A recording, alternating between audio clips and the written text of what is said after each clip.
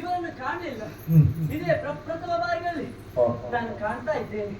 ಮೊಟ್ಟ ಮೊದಲ ಬಾರಿಗೆ ಇವರನ್ನು ಕಂಡಾಗ ನನಗಾಗುವ ರೀತಿ ಯಾವ ರೀತಿ, ಈ ಎಳೆ ಕರುವಿನ ಗಾಳಿ ಬಿಟ್ಟರೆ ಅತ್ತ ಇತ್ತ ಓಡಾಡ್ತದೆ, ಮಂಡ ಗುಂಡಿಯನ್ನು ಹಾರುವುದಿಲ್ಲ, ಬಿಟ್ರೆ ಎಲ್ಲ ಹೋಗ್ತದೆ ಗೊತ್ತಾಗುದಿಲ್ಲ ಅಂತ ಇದ್ದು ಸ್ವಾಮಿ.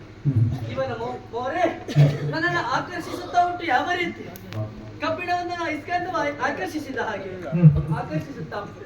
ಇವರ ಗಂಡಾಗಿ ಎರಡು ಮಾತಿನ ಹೊಗಳಬೇಕು ಅಂತ ಅನಿಸ್ತಾ ಉಂಟು. ನೋಡಿದ್ರೆ ಇವರ ರೂಪ ಓಹೋ ಅಪರೂಪ. ಆದ್ರೆ ಒಂದು ಸಮಸ್ಯೆ, ತಲೆನೇ ಸರಿ ಇಲ್ಲ. ತಲೆ ಸರಿ ಇಲ್ಲ ಸ್ವಾಮಿ. ನೋಡಿ ಸರಿ ನೋಡಿ, ತಲೆ ಸರಿ ಇಲ್ಲ. ಕೂದಲೆಲ್ಲ ಕೆದರಿ ಹೋಗಿದೆ, ತಲೆ ಮುಚ್ಚಿಡಿದೆ ಅಂತ ಹೇಳಿದಲ್ಲ, ಬುದ್ಧಿ ಸರಿ ಉಂಟು. ಇನ್ನು ಅವನ ಹಣೆ ಎಲ್ಲ ಅದುವೇ ಬಂಗಾರದ ಮಣೆ. ಹೋಗಿ ಕುತ್ಕೊಳ್ಳ, ಕೆಲವು ಆ ಜಾಗದಲ್ಲಿ ಕುತ್ಕೊಳ್ಳಿಕ್ಕೆ ಎಷ್ಟು ಜನ ಕಾಯ್ತಾ ಇದ್ದಾರೆ.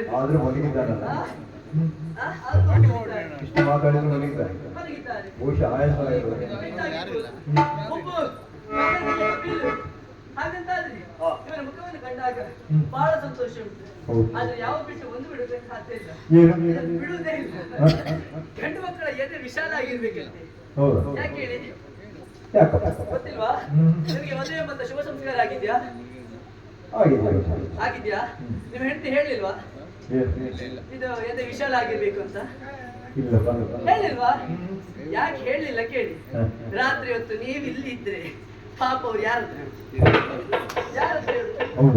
ಗಂಡು ಮಕ್ಕಳ ಎದೆ ವಿಶಾಲ ಆಗಿರ್ಬೇಕು. ಯಾಕೆ ಗೊತ್ತುಂಟ? ಹೆಣ್ಣು ಅಥವಾ ಹೆಂಡತಿ ತಲೆ ಇಟ್ಟು ನಿದ್ರೆಯನ್ನು ಮಾಡಿದಾಗ ಆ ಸುಖವೇ ಬೇರೆ ಅಂತ. ನನಗೆ ಅನುಭವ ಇಲ್ಲ, ಗಟ್ಟಿ ಕೇಳಬೇಡ.